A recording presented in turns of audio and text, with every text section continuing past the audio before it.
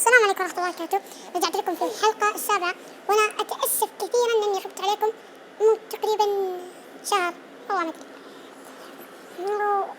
اليوم أبغى أعلمكم عن إني ممكن بس هذه الحلقة الأخيرة من الموسم الأول ممكن، ولكن إن شاء الله مو هذا.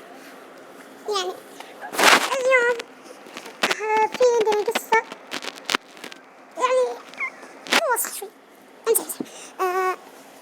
القصة النكت اللي أنا أجيبها.